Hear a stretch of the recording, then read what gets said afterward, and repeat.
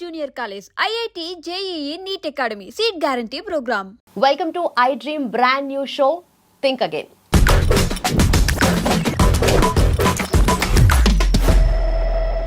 మరి దేని గురించి థింక్ అగైన్ మాట్లాడదాం, డిస్కస్ చేద్దాం. మనతో పాటు ప్రముఖ family counsellor and motivational speaker Rajani Rama garu ఉన్నారు. ఆవిడతో మాట్లాడదాం. Hello ma'am, how are you? Fine అమ్మా, వెళ్ళాను. ఒక ఘటన, అది దుర్ఘటనే. ఎందుకంటే జగిత్యాల జిల్లా, కరీంనగర్ జిల్లా జగిత్యాల ప్లేస్లో ఇది జరిగిందమ్మా. అయితే ఒక పాప ఆడుకుంటూ వెళ్ళింది. తర్వాత చూస్తే శవమై తేలింది బాత్రూంలో. తీరా చూస్తే మొత్తం తెలిసింది ఏంటంటే వాళ్ళ చిన్నమ్మే చంపింది అని చెప్పి. అయితే ఈ ఇన్సిడెంట్ గురించి మాట్లాడుకున్నప్పుడు, సరే నేను ముందే ప్లేస్ చెప్పాను కరీంనగర్లో జరిగింది అని అంటే, ప్లేస్తో నిజంగానే సంబంధం లేదు, ఏ పక్క నుండి ఎలాంటి న్యూస్ వస్తుందో తెలియని పరిస్థితి. అయితే ఈ పర్టికులర్ థింగ్లో ఏం జరిగిందంటారు అండ్ ఎలా మనం చూడాలి దీన్ని? ఎందుకు చేశారు అని చెప్పుకోవాలంటే కసి, పగ, కక్ష, అసూయ. ఎలా జరిగింది అంటే మీరే చెప్పారు ఎలా జరిగింది అనేది. ఇది కాదు మనం మాట్లాడుకోవాల్సింది. సమాజం అసలు ఎటుపోతుంది అని అందరూ అంటున్నారు కదా, అందరం అనుకుంటున్నాం కదా. మరి ఎటుపోతుందో ఆలోచించగలగాలి కదా, థింక్ అగైన్. కాబట్టి అక్కడ ఆలోచించండి ప్రజలారా. ప్రతి చోట ఇలాంటివి అరాచకాలు జరుగుతున్నాయి. ఇప్పుడు ఆ ఇంట్లో అసలు ఆ చంపిన ఆవిడెవరు? తోటి కోడలు. మరి వీళ్ళిద్దరు భర్తలు ఎక్కడున్నారు? దుబాయ్లో ఉన్నారు. మరి అత్తగారు ఉన్నారు. మరి ఆ మామగారు ఎక్కడున్నారు? ఆయన దుబాయ్లో ఉన్నారు. అంటే అక్కడ ఒక మేనేజ్మెంట్ అనేది అక్కడ లేదు. ముగ్గురు ఆడవాళ్ళు. ఎవరైతే చంపిందో ఈవిడికి 2 ఆడపిల్లలు, ఇంకొక తోటి కోడలికి ఒక పాప బాబు అనుకుంటా. అంటే మొత్తం 4 పిల్లలు. 4 పిల్లలు, 3 ఆడవాళ్ళు అక్కడ ఉంటున్నారు. వాళ్ళు డబ్బు పంపిస్తున్నారు. అయ్యో పిల్లల చదువులకి. ఆడవాళ్ళు పాపం ఒంటరిగా ఉన్నారు, ఏం కష్టపడుతున్నారో. మరి బంధువులు అనేవాళ్ళు ఎందుకు సాయం చేస్తారు, మనమే జాగ్రత్తగా అన్నీ చూసుకోవాలని కష్టపడి, ఆ ముసలాయన కూడా ఈ వయసులో కష్టపడి కొడుకులు సంపాదిస్తే కూర్చుని ఇద్దరు మిగతాయి చూసుకోవాలి. అలాంటిది ఆయన కూడా వెళ్ళి, ఎందుకు పిల్లలు ఉన్నారు, డబ్బు ఎక్కువ కావాలి, అదంతా సంపాదించి పిల్లల భవిష్యత్తుకి చదువులకి కావాలి, పెళ్ళిళ్ళు, ఆడపిల్లలు 3 ఉన్నారు, డబ్బులు సంపాదించాలన్న ఇదితో పాపం ఆయన ఈ వయసులో కూడా ఎందుకు వెళ్ళాల్సి వచ్చింది? వెళ్ళాడు. 3 మగవాళ్ళు బయటకు వెళ్ళిపోయినప్పుడు ఇక్కడ ఎవరి మీద కంట్రోల్ అనేది లేదు. సెల్ఫ్ కంట్రోల్ అనేది ఒకటి ఉంటే ఎవరి కంట్రోల్ అవసరం లేదు. కానీ వీళ్ళకి సెల్ఫ్ కంట్రోల్ అంటే ఏంటో తెలియని స్థాయిలో వాళ్ళు ఉన్నారు. ఇప్పుడు ఒక క్రమశిక్షణకి ఒక ఈ కేటగిరీ ఆ కేటగిరీ అని లేదు. లోయెస్ట్ కేటగిరీ వాళ్ళు కూడా ఎంతో క్రమశిక్షణతో ఇల్లు దిద్దుకుని భవిష్యత్తు మంచిగా ముందుకెళ్ళిన వాళ్ళు ఉన్నారు.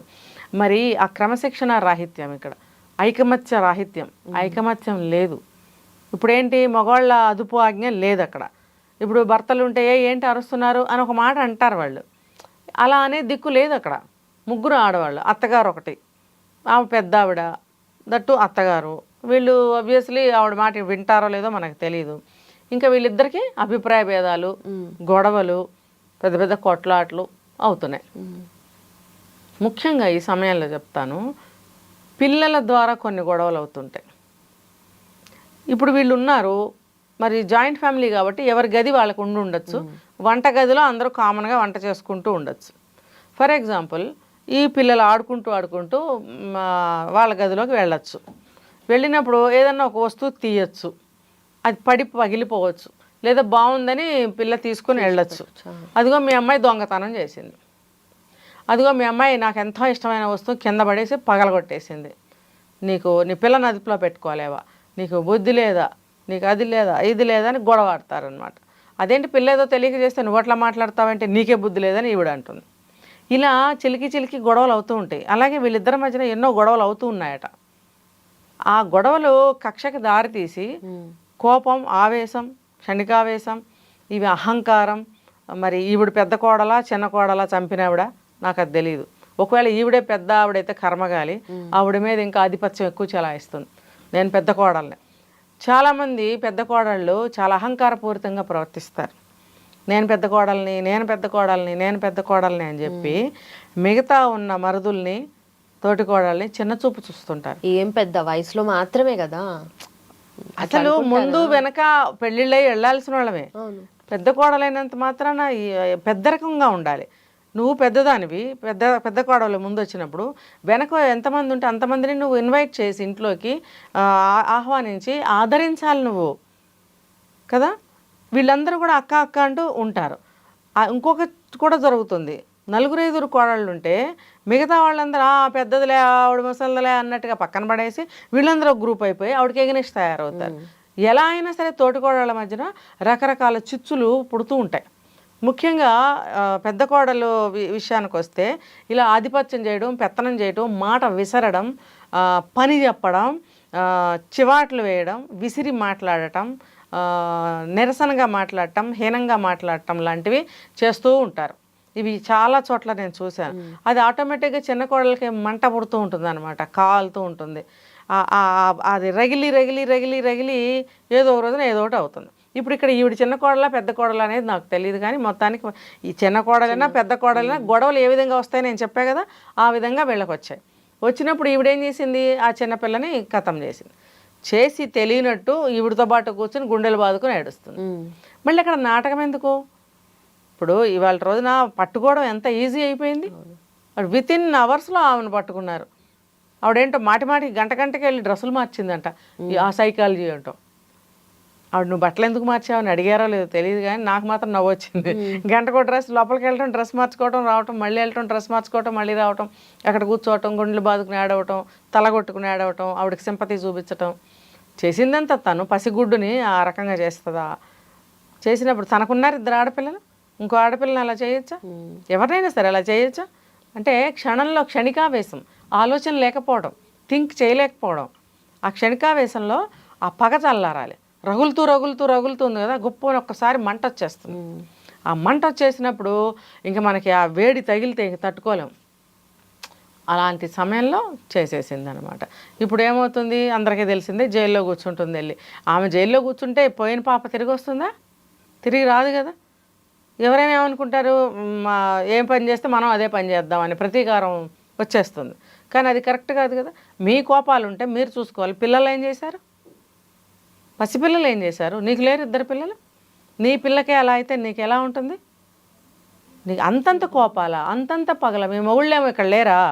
మీ మొహాల కోసం కష్టపడటం కోసం అక్కడ తండ్రితో సహా వెళ్ళి అక్కడ కష్టపడి డబ్బులు పంపిస్తుంటే మీకు పని పాట ఒక ఆలోచన ఏమీ లేకుండా తిని కూర్చుని పిల్లల్ని చక్కగా క్రమశిక్షణగా చదివించుకోలేకపోతున్నారా మీరు? ఈ రకంగా తిని కూర్చుని కష్టం లేకుండా ఇలా చేస్తారా? కొట్టుకుంటారా? పిల్లల్ని చంపుతారా? ఇప్పుడు ఆ కుటుంబాలు ఎందుకు కలిసి ఉంటే ఇంకెప్పుడు విడిపోతారు వాళ్ళు. ఇంకా జీవితంలో వీళ్ళకి సంబంధాలు లేకుండానే పోతాయి. ఇంత పని చేసిన తర్వాత ఇంకా అన్న ఏంటి, తమ్ముడేంటి, చెల్లేంటి, అలాంటివి ఏమైనా ఉంటాయా అక్కడ? అవే ఉంటే అసలు ఆ పనులు చేయరు కదా. అక్క అక్క అని పిలిచిన మనిషి ఇలా చేయొచ్చా? 2 అక్క చెల్లెళ్ళు అవుతారు కదా. మరి ఎక్కడ ఉంది వీళ్ళకి ఒక స్త్రీత్వం కానీ, ఒక మాతృత్వం కానీ, ఒక మానవత్వం కానీ, ఒక సమాజానికి భయపడటం కానీ? వాళ్ళు పని చేసే ముందు ఆలోచించారా? చేయలేదు. అది ఇప్పుడు నేను చెప్తాను ప్రతిసారి, కుటుంబపరంగా, సామాజిక పరంగా, తర్వాత వ్యక్తిగతంగా, చట్టపరంగా ఆలోచించాలి. మనం చేసే ఏ పనైనా సరే ఇన్నిటి పరంగా చెడు జరగకూడదు అని ఆలోచిస్తాం. ఇక్కడ అన్ని విధాలుగా చెడే జరిగిందిగా. కుటుంబ పరంగా చెడు జరిగింది, వ్యక్తిగతంగా చెడే, ఆ అమ్మాయికి జీవితం లేదు. మరి సామాజిక పరంగా అంతా కూడా ఎంత కలుషితం అయిపోయింది. నువ్వు ఏం నేర్పిస్తున్నావు సమాజానికి, నువ్వేం మెసేజ్ ఇచ్చావు? కోపం వస్తే మనిషిని తీసేయి, ఇదేనా నువ్వు నేర్పించింది? సమాజం డిస్టర్బ్ అయింది. మరి ఇప్పుడు చట్టానికి నువ్వు చేసిన ఎంత పెద్ద గొప్ప పని, చట్టానికి ఒక పని కల్పించింది కదా. వాళ్ళకి ఏమైనా ఖాళీగా కూర్చున్నారా? వాళ్ళకి ఏం కేసులు లేవా? వాళ్ళకి ఉన్న 24 గంటల్లో 50 గంటల పని దొరుకుతుంది వాళ్ళకి. ఎక్కడ మనిషి అనేవాళ్ళు ఎక్కడ చేస్తారు? ఇన్ని కేసులు ఎప్పటికి తేలుతాయి?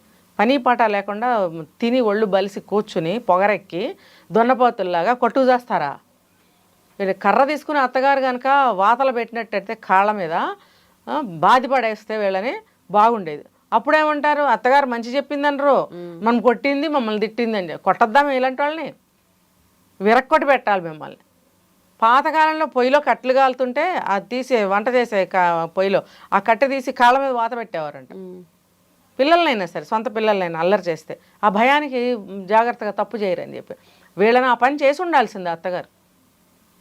మరి ఆవిడెందుకు ముదిరించి ఇలా చేసిందో తెలియదు. అరే 4 మనవాళ్ళు అక్కడ తిరుగుతున్నారే, మనవాళ్ళు వీళ్ళేమో రాక్షసుల్లా కొట్టుకుంటున్నారే, ఆవిడ ఏం చేసింది మరి అక్కడ కూర్చొని? అలా చూస్తూ ఊరుకుంటారా పెద్దవాళ్ళు? ఆవిడైనా ఆలోచించిందా? ఒక క్షణం ఆలోచించండి. ఏ పని చేసినా ఆగండి, అక్కడ ఆలోచించండి. మన కుటుంబం ఎటుపోతుంది, ఈ సంబంధాలు ఎటుపోతున్నాయి, దీని యొక్క ఇంపాక్ట్ పిల్లల మీద ఎంత పడుతుంది, పరాయి దేశంలో ఉన్న మా 3 భర్తలకి ఇది ఎంత బరువు అయిపోతుంది ఈ విషయం. వాళ్ళకి రిస్కే కదా ఇదంతా. అక్కడ ప్రశాంతంగా జాబ్ చేసుకోనీయకుండా ఇక్కడ ఈ చికాకులు చేస్తే ఎప్పుడు ఏమవుతుందో కదా వాళ్ళు ఎంత వర్రీ అవుతుంటారు. డబ్బు సంపాదన కోసం వెళ్ళారు తండ్రి కొడుకులు. వాళ్ళకు ఉన్నటువంటి ఐకమత్యం మీకు ఎందుకు లేదు? ఇక్కడ చూస్తే 3 ఇళ్ల నుంచి వచ్చిన ఆడవాళ్ళే, 3 కోడళ్ళే, వరుసకి అత్త కోడళ్ళే తప్ప 3 కోడళ్ళు 3 ప్లేసుల నుంచి వచ్చిన పరాయి స్త్రీలు వీళ్ళు.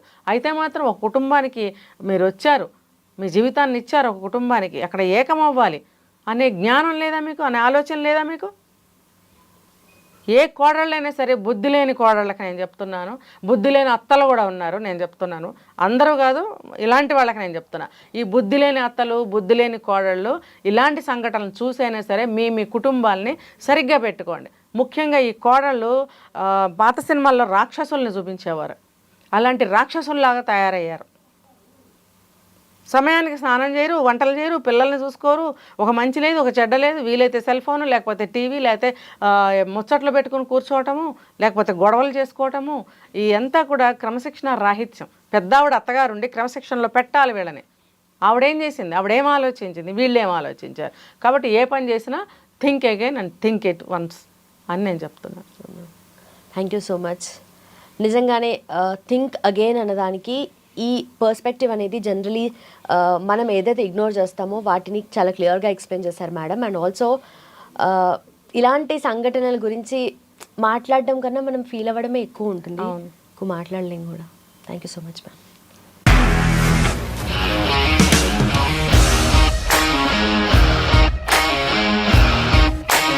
ఇండస్ట్రీలో కమిట్మెంట్ ఇష్యూస్ వస్తే నీకు కూడా వచ్చినట్టు? మార్నింగ్ తీసుకెళ్ళాడంటే కొట్టి పడేస్తాడు.